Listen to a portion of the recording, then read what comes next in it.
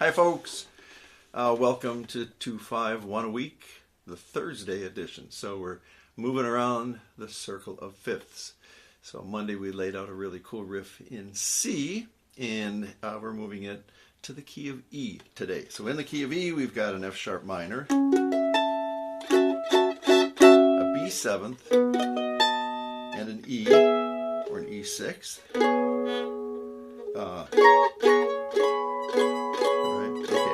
Here's the riff. I'll show it to you back in first position, and then we'll go up a little bit higher.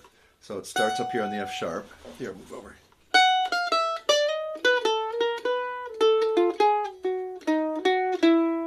Okay. 1, 2, 3 again.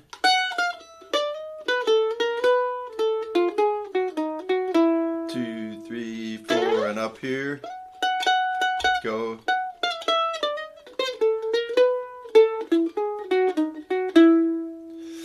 So the cool thing about this riff, so there it is. I'm going to try and keep these shorter, but there's some really cool stuff going on in here. And I think it's really worth it to go the next step, like learn the riff, but do learn the names of the notes. And in the mandolin, as well as in the guitar, there are shapes. And so if you know the names of the notes, more particularly the scale degree, you're allowed to shift it over. And I'm married to a great singer. And God forbid you made the singer sing in the wrong key. So if you're playing along in something that you know in G, but the singer wants to play it in E flat, you have to be ready for it.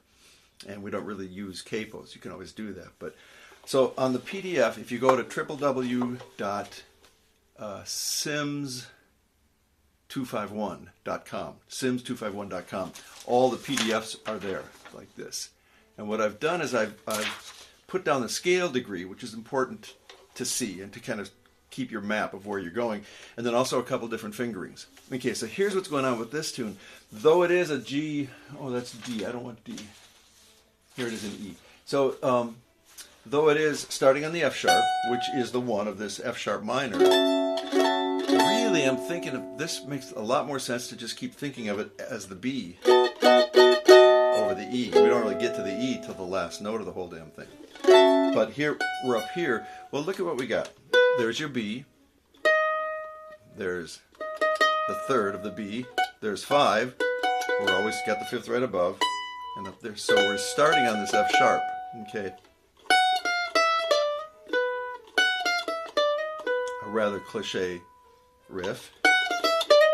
Up here, here's the B. Starting on the 7th fret, right? 7, 9, 6, 9. There's a B.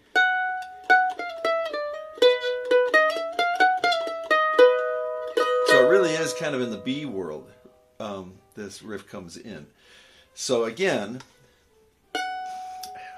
1 of the F chord, but let's just screw that and go right for the B7th. 5, chromatically down.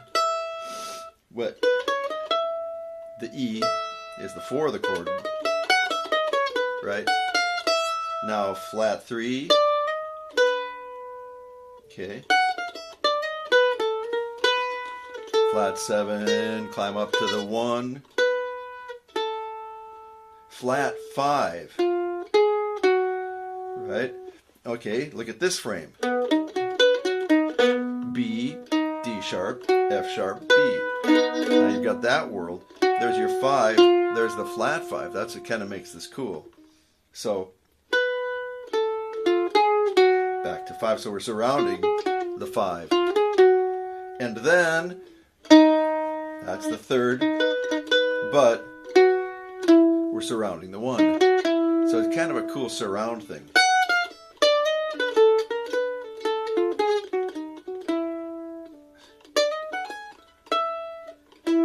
So by just even taking anything, here's your F sharp, right? Here's your B. Then outlining the shape, and all these riffs fall in the shape. One more thing real quick I want to say is by pushing them back into the first position, using as many open strings as we can, it's kind of the bluegrassers approach, and gypsy jazz, I think they use a lot of open strings because you get kind of a cool effect with it. I think hardcore jazzers stay up in here. So both are good. Once you have it figured out without any open strings, you're free to move up and down the neck. right? So you're not intimidated by A flats.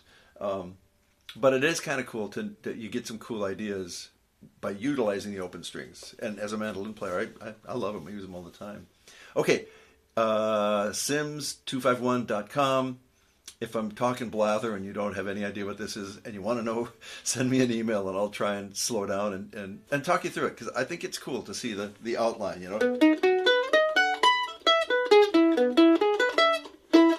All right, see you on Monday. Happy 251ing. Thanks a lot.